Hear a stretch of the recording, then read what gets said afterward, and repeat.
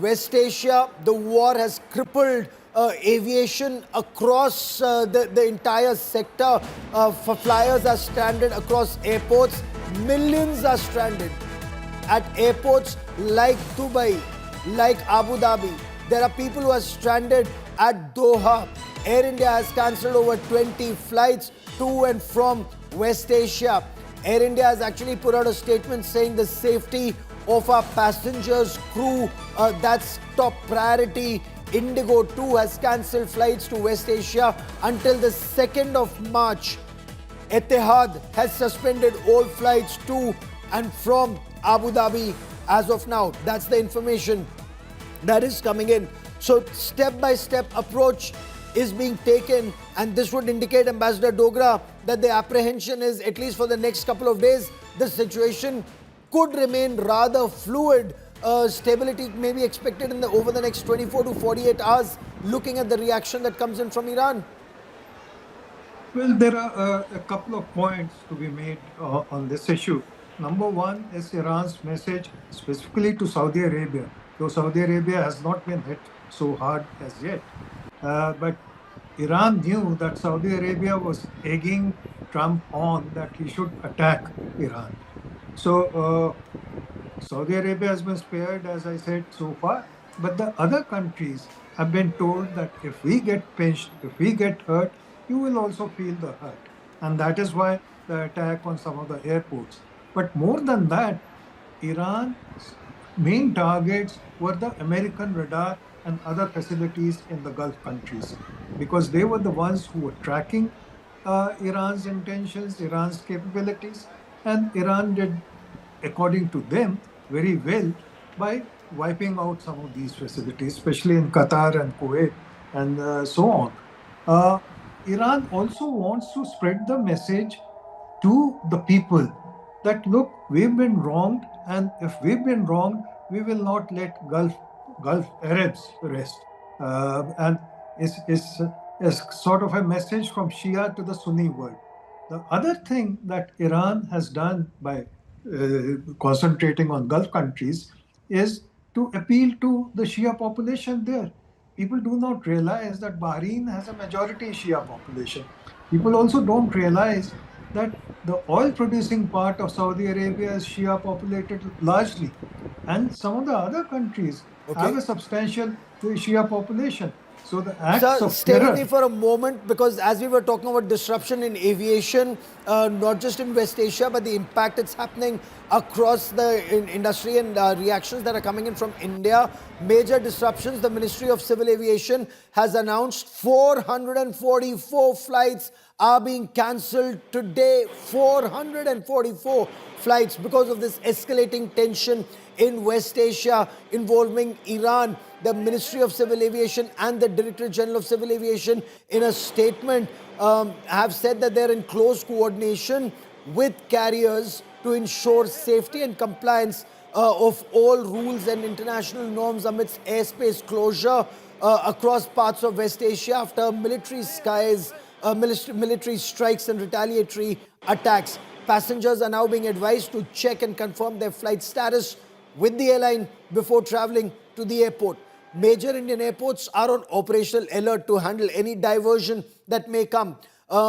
Efforts are being on to manage terminals better, assist passengers with the crowd control. Senior officials are being deployed at various airports for passenger assistance. Another control room is also being activated. The situation remains extremely grim. It's a volatile situation that's forced airlines worldwide to reroute flights, avoid the closed airspace or unsafe airspace. There are 11 airspaces that have now been earmarked across the region, and these 11 airspaces are seen as extremely vulnerable.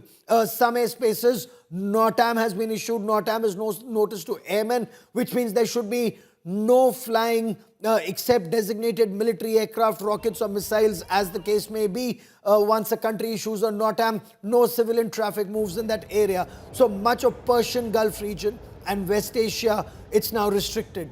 Carriers are diverting north via Afghanistan and then Turkmenistan and going ahead through Turkey.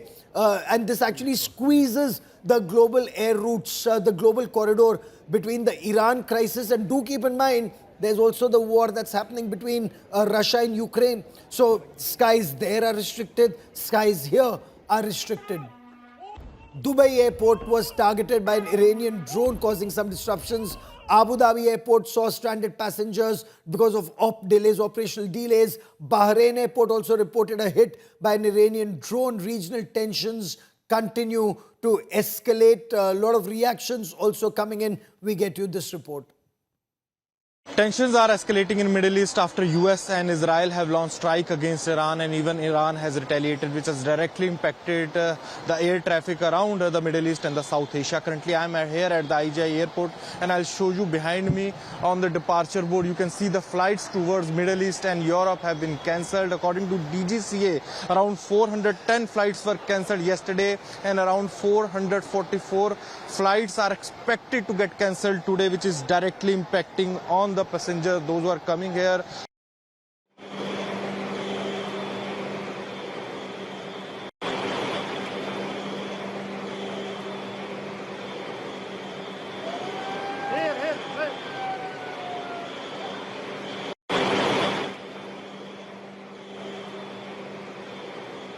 410 flights have been cancelled. Multiple flights have been diverted. I quickly want to cut across to Anjali for more.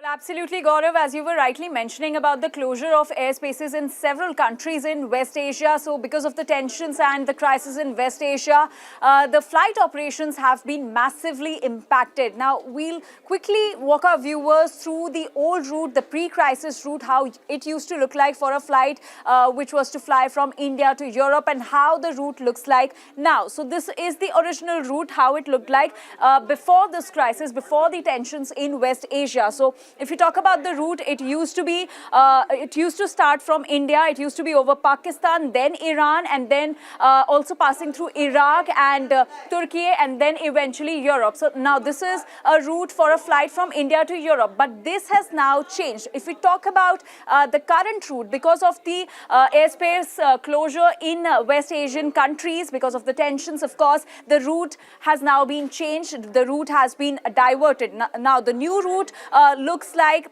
Pakistan, then Afghanistan, then Turkmenistan, and then Turkey. So that is the new route.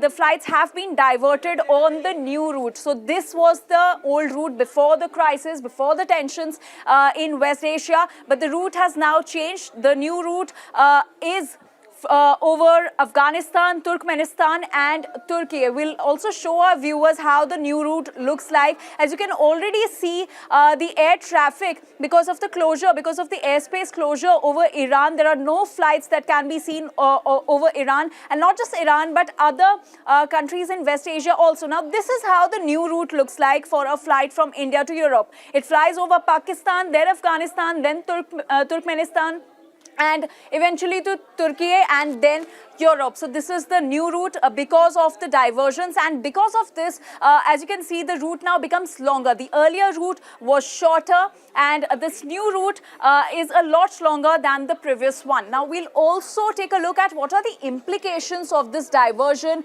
of the rerouting of the flights due to this crisis in West Asia. Now the route becomes longer, which means that there will be more fuel consumption in the flights, because it will require more fuel to fly for the same destination, which will eventually raise the operational costs also. So these are some of the implications. Longer flight time. Of course, if the route becomes longer, the flights will take more time to reach the destination, and they will also require more fuel, and which will eventually increase the operational costs. Now, increasing the operational costs will also reflect in the ticket pricing. So as we were mentioning, the detours increase the fuel consumption significantly, because of course the route becomes longer, so more time, more fuel is needed for the to reach the same destination.